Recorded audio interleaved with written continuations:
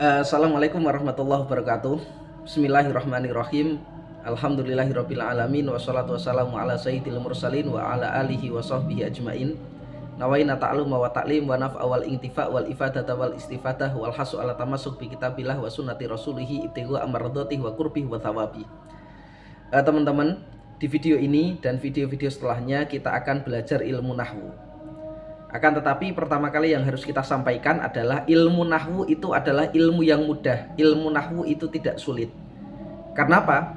Karena ilmu nahwu itu adalah ilmu yang nadij, ilmu yang sudah matang. Maksudnya matang, ilmu nahwu itu bab-babnya sudah jelas, tidak bertambah dan tidak berkurang. Contoh-contohnya sudah jelas. Dan karena babnya ini sudah jelas, tidak bertambah, tidak melebar, maka ilmu nahwu itu agar kita mudah untuk memahaminya, kita harus mengetahui bab-babnya apa, memahami makna-makna definisi-definisi dari tiap bab, baru kita praktekkan. Oke, secara garis besar, nahwu itu pembahasannya satu adalah kalam, yang kedua adalah i'rab, yang ketiga adalah definisi daripada kalimat isim beserta contoh-contohnya dan pembagiannya, kalimat fiil, contoh-contohnya, pembagian-pembagiannya dan juga i'rabnya, kalimat huruf, kemudian isim-isim apa saja yang dibaca rofa, isim-isim apa saja yang dibaca nasab, kemudian apa-apa saja yang dibaca jer, dan amil-amil jawazm. Oke, ala kulin, ilmu nahwu itu mudah. Kita akan membahas yang pertama adalah pembahasan tentang kalam. Teman-teman, kalam itu syaratnya ada 4, rukunnya ada 4. Yang pertama adalah harus berupa lafadz, yang kedua harus murokkab, yang ketiga adalah harus mufid, yang keempat itu harus bilwad'i. Maksudnya bilwad'i ini adalah harus menggunakan bahasa Arab. Yang pertama, lafadz. Kalam itu harus lafadz. Jadi kalau tidak memenuhi dari syarat-syarat rukun ini tidak dinamakan dengan kalam. Yang pertama adalah lafadz. Lafadz itu apa? Lafadz adalah suara yang mengandung sebagian huruf hijaiyah. Contohnya adalah lafadz zaitun. Lafadz zaitun itu adalah suara yang mana suara ini terdiri dari rangkaian beberapa huruf hijaiyah, yaitu zai, ya, dan dal. Zaitun, lafadz. Yang kedua harus murokkab. Apa itu murokkab? Murokkab itu adalah lafadz tersebut itu harus tersusun minimal dari 2 kalimat. Contohnya zaitun qaimun. Zaitun artinya zaid, qaimun artinya orang yang berdiri. Isim fa'il dari qoma. Zaitun qaimun ini adalah murokkab. Syarat yang kedua terpenuhi. Syarat yang ketiga harus mufid. Apa itu mufid? Mufid itu adalah ketika kalian menyampaikan sebuah informasi, ketika kalian menyebutkan sebuah kalam, maka kalam tersebut itu memahamkan orang yang mendengar. Maksud dari memahamkan ini, informasi itu jelas dan orang yang disampaikan informasi itu tidak perlu bertanya lagi. Ini dinamakan dengan mufid. Contohnya adalah zaitun qaimun. Artinya Zaid berdiri. Apa informasi yang disampaikan? Informasi yang disampaikan adalah Zaid adalah orang yang berdiri, maka orang yang mendengar akan paham, oh iya benar Zaid berdiri. Berbeda ketika kita tambahi satu kalimat huruf in di depannya. In, zaitun. Jika Zaid berdiri, in zaitun, jika Zaid berdiri, sekarang terdiri dari 3 kalimat. Akan tetapi ini tidak mufid. Kenapa tidak mufid? Karena informasi yang disampaikan itu masih memerlukan pertanyaan. Kenapa kalau dia berdiri? Syarat yang ketiga adalah mufid. Dan syarat yang keempat adalah bilwad'i. Apa itu bilwad'i? Bilwad'i adalah kalimat ini harus menggunakan dengan bahasa Arab. Maka ketika kalimat diucapkan dengan bahasa Indonesia, kalimat diucapkan dengan bahasa-bahasa yang lain tidak dinamakan kalam. Itu kalam. Syahidnya, nadhamnya adalah kalamuhum lafdzun mufidun musnatu wal kilmatul lafdzul mufidul mufradu. Oke. Tadi kita membahas tentang murokkab. Kalimat tersebut harus tersusun dari 2 kalimat atau lebih. Apa itu kalimat? Oke. Teman-teman, kalimat itu diterangkan di dalam setengah bait tadi, wal kilmatul lafdzul mufidul mufradu. Kalimat adalah lafadz yang mufid, yang mufrad. Oke. Mufid Yang dimaksud di dalam kalimat ini berbeda dengan mufid yang ada di dalam kalam. Jadi kalimat itu adalah lafadz yang mufrad, lafadz yang mempunyai arti yang mufrad. Mufid di dalam pembahasan kalimat artinya adalah sesuatu yang mempunyai arti. Maka kalimat itu apa? Sesuatu yang mempunyai arti, lafadz yang mempunyai arti yang mufrad. Mufrad artinya tunggal. Maka yang menyusun daripada kalam adalah kalimat. Bagian terkecil daripada kalam adalah kalimat. Oke. Contohnya bagaimana? Zaitun. Contohnya apa? Yaf'alu. Contohnya apa? Yazra'u. Contohnya apa? Ya'kulu. Contohnya apa? Yashrabu, minum. Contohnya apa? Muhammadun, kitabun. Contohnya apa? Fi. Contohnya apa? Lam. Contohnya apa? Kana. Ini semua adalah kalimat. Oke. Kalimat itu, sekarang kita membahas kalimat ya. Kalam selesai, lafadz, murokab, mufid, bilwad'i. Kalimat apa? Lafadz yang mufid, yang mufrad. Sekarang akan kita bahas pembagian kalimat beserta tanda-tandanya dan contoh-contohnya. Kalimat dibagi menjadi 3. Yang pertama adalah kalimat isim, yang kedua adalah kalimat fi'il, yang ketiga adalah kalimat huruf. Kalimat isim itu apa? Kalimat isim adalah, secara mudahnya, kalimat isim itu kata benda, nama, atau sifat yang tidak ada zamannya. Contohnya Muhammadun, contohnya Jamilun, indah, cantik. Contohnya adalah Badiun, indah. Contohnya adalah Baitun, rumah. Contohnya adalah Mazro'atun, sawah. Ini adalah kalimat isim, kata benda, nama, atau sifat. Itu adalah kalimat isim.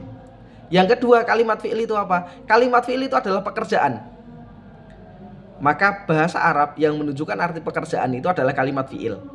Yang ketiga, kalimat huruf itu apa? Kalimat huruf adalah selain kalimat isim dan selain kalimat fi'il, itu adalah kalimat huruf. Paham tum? Pembagian kalimat dibagi menjadi 3. Saya ulangi lagi. Kalimat isim, kalimat fi'il, dan kalimat huruf diabadikan di dalam nadham. Lismin wa fi'lin thumma harfin tangkosim wa hadhihi thalathuha hiyal kalim. Jadi kalimat itu dibagi menjadi 3. Satu kalimat isim, yang kedua kalimat fi'il, yang ketiga kalimat huruf. Adapun ini ada salah satu faedah. Ada satu keterangan faedah.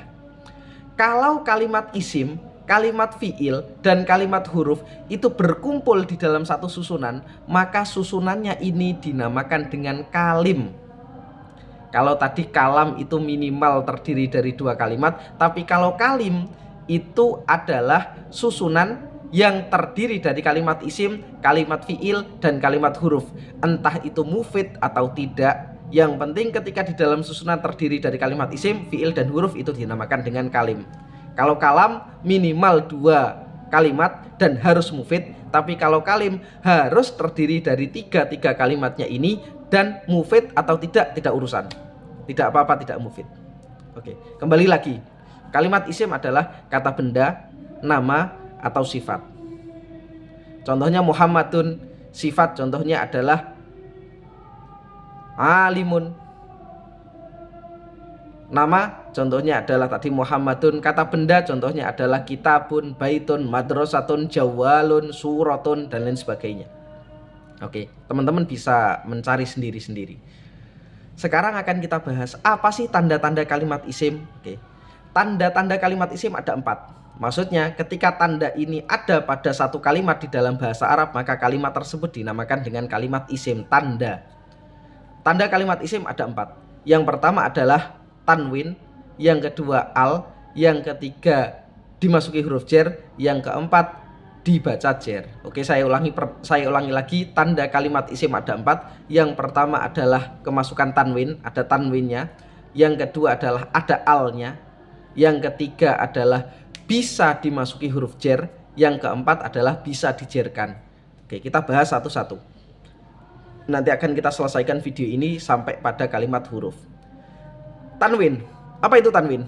Tanwin adalah suara nun mati. Saya ulangi lagi, tanwin adalah suara nun mati yang ada ketika diucapkan dan hilang ketika ditulis.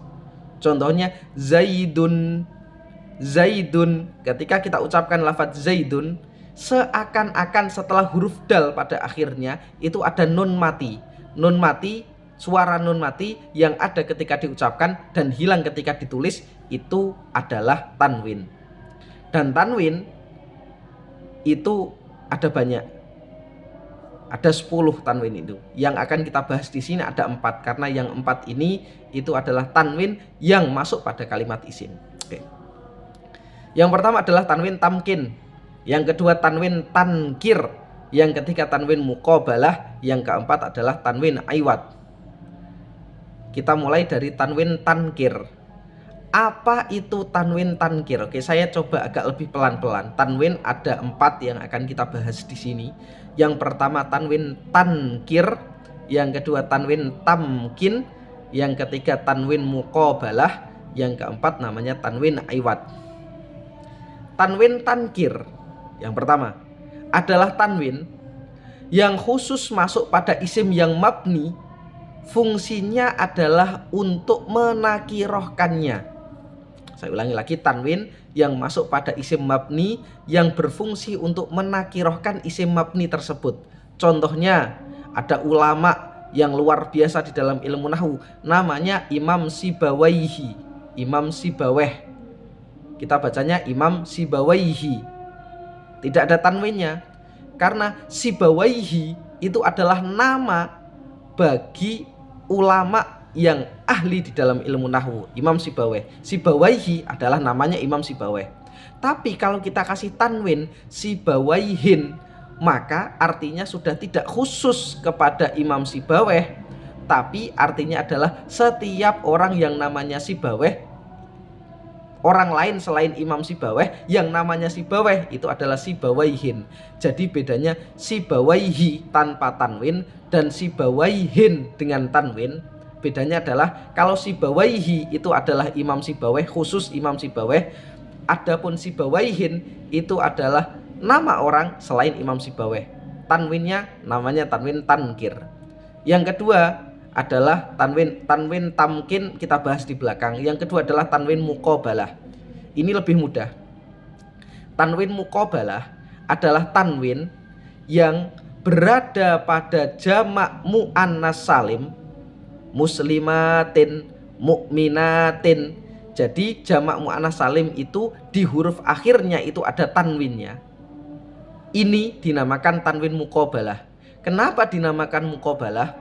Karena tanwin yang ada pada jamak muannas salim itu digunakan untuk membandingi, untuk menyamai nun yang ada pada jamak mudzakkar salim. Jadi tanwin muqabalah adalah tanwin yang berada pada jamak muannas salim digunakan untuk yuqabilu, membandingi nun yang ada pada jamak mudzakkar salim. Yang ketiga adalah tanwin iwad, tanwin ganti. Jadi teman-teman, tanwin iwad itu ada 3 bagian.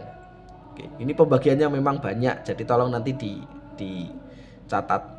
Yang pertama adalah tanwin iwadun anil harfi, tanwin yang menggantikan huruf. Yang kedua tanwin iwadun anil kalimah, tanwin yang menggantikan kalimat. Yang ketiga adalah tanwin yang menggantikan jumlah. Oke. Yang pertama tanwin yang menggantikan huruf. Lafadz, contohnya di dalam lafadz jiwarin. Jiwarin, jim, wawu, alif, ro. Jiwarin, lafadz jiwarin ada tanwin pada huruf ro, itu adalah ganti daripada ya yang dibuang. Aslinya setelah ro-nya itu ada ya, ya-nya dibuang dan digantikan dengan tanwin. Tanwin yang menggantikan ya ini namanya tanwin iwad, iwadun anil harfi. Contoh yang kedua adalah iwadun anil kalimah. Ini berada pada kalimat kulun dan ba'dun. Jadi lafadz kulun dan lafadz ba'dun itu ketika ada tanwinnya, maka di sana itu ada kalimat yang dibuang dan kalimat yang dibuang itu digantikan pada tanwin yang berada di akhir lafadz kulun dan ba'dun. Yang ketiga adalah tanwin iwadun anil jumlah. Tanwin yang menggantikan jumlah. Contohnya berada pada sebuah potongan ayat yang agak panjang. Wahina idzin. Hina idzin, lafadz hina idzin, ketika itu hina idzin, setelah dzalnya ada tanwinnya, ini adalah tanwin iwadun anil jumlah. Jumlah apa yang dibuang?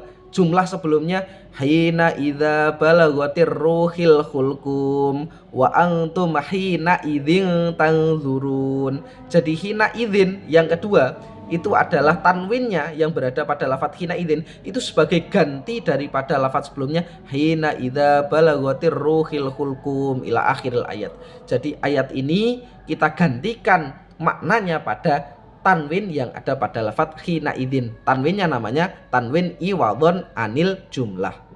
Oke, tanwin yang keempat adalah tanwin tamkin. Apa itu tanwin tamkin? Tanwin yang berada pada kalimat isim selain tankir, selain muqabalah, dan selain iwad. Semuanya adalah kalimat tanwin. Semuanya adalah tanwin tamkin. Mohon maaf agak belibet.